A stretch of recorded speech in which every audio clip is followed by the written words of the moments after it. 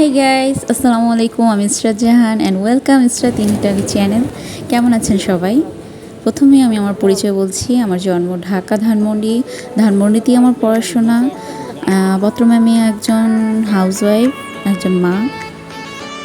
আমি আজ রয়েছি ঢাকা এয়ারপোর্ট শাহজালাল বিমানবন্দরে।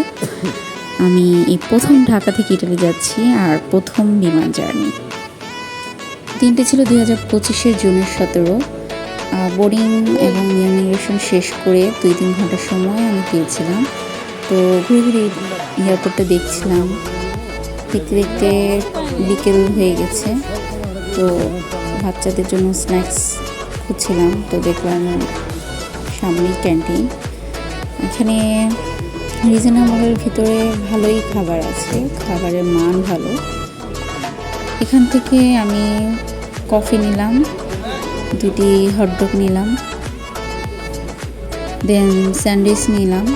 এখানে আমি, আমার হাজব্যান্ড, আমার সাথে 2 ছেলে আর আমার শাশুড়ি একসঙ্গে।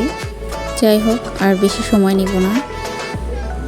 থেকে তোমাদের জন্য ইটালির এক্সাইটিং ব্লগ নিয়ে আসবো। আমি তোমাদের ইটালি ঘুরে ঘুরে বেস্ট ব্লগ উপহার দেবো। বিভিন্ন ইজি রেসিপি, ইটালি সম্পর্কে অজানা তথ্য, ইটালির খাবার, ইটালির ভাষা, ইটালির বেস্ট জায়গাগুলো ভিজিট করে বের করব এবং তোমাদের এক্সপিরিয়েন্স করাবো। এই সময়টা না খুব দ্রুত চলে যাচ্ছিল।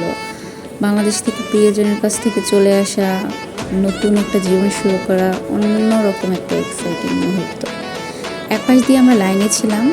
বোর্ডিং পাস আর ইমিগ্রেশনের কোনো সিরিয়াল আমাদের ধরতে হয়নি। এখানে একটা সিরিয়াল ছিল আর এখান থেকে হজ যাত্রী আসছিল আরেক পাশ দিয়ে।